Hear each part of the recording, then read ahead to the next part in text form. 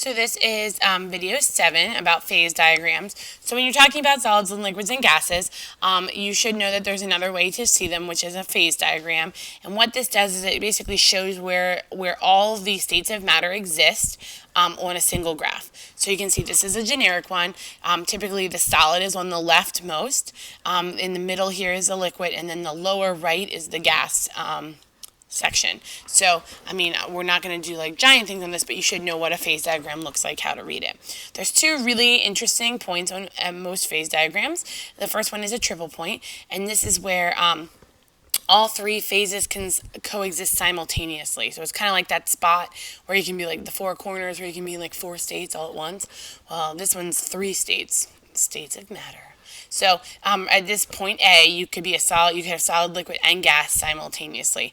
And I'll show you a video clip of it in a little bit.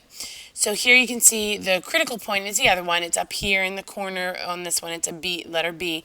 And this is where the differentiation between a liquid and a gas kind of goes away because at this point they don't follow Newtonian physics anymore, and they're called supercritical fluids, and they don't, like KMT does not apply. So those are two kind of the most interesting points in a phase diagram. You can see the phase changes and stuff. So like here is the solid to liquid phase changes and liquid to gas that you can read them.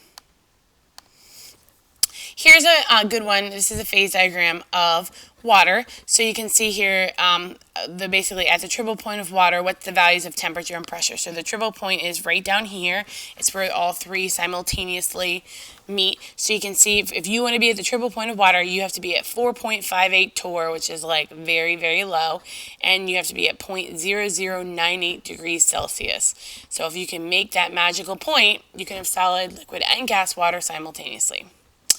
And the next question, what states of matter are present at the triple point of water? That would be all of them. So you have, that's the whole point of a triple point.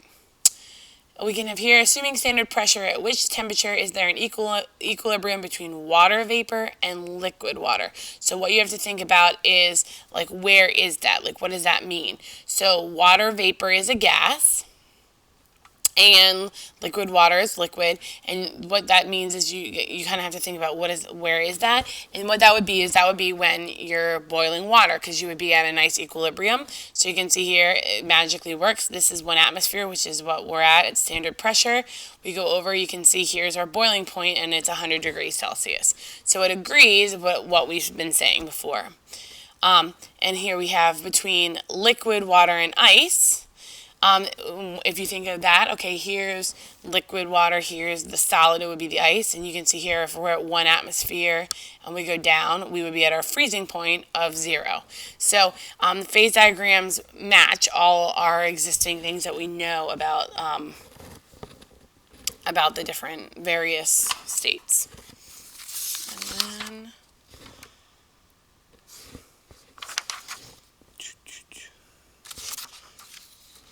so one thing here, there is another state of matter that we don't talk about, which is called plasma. Plasma doesn't readily exist on Earth.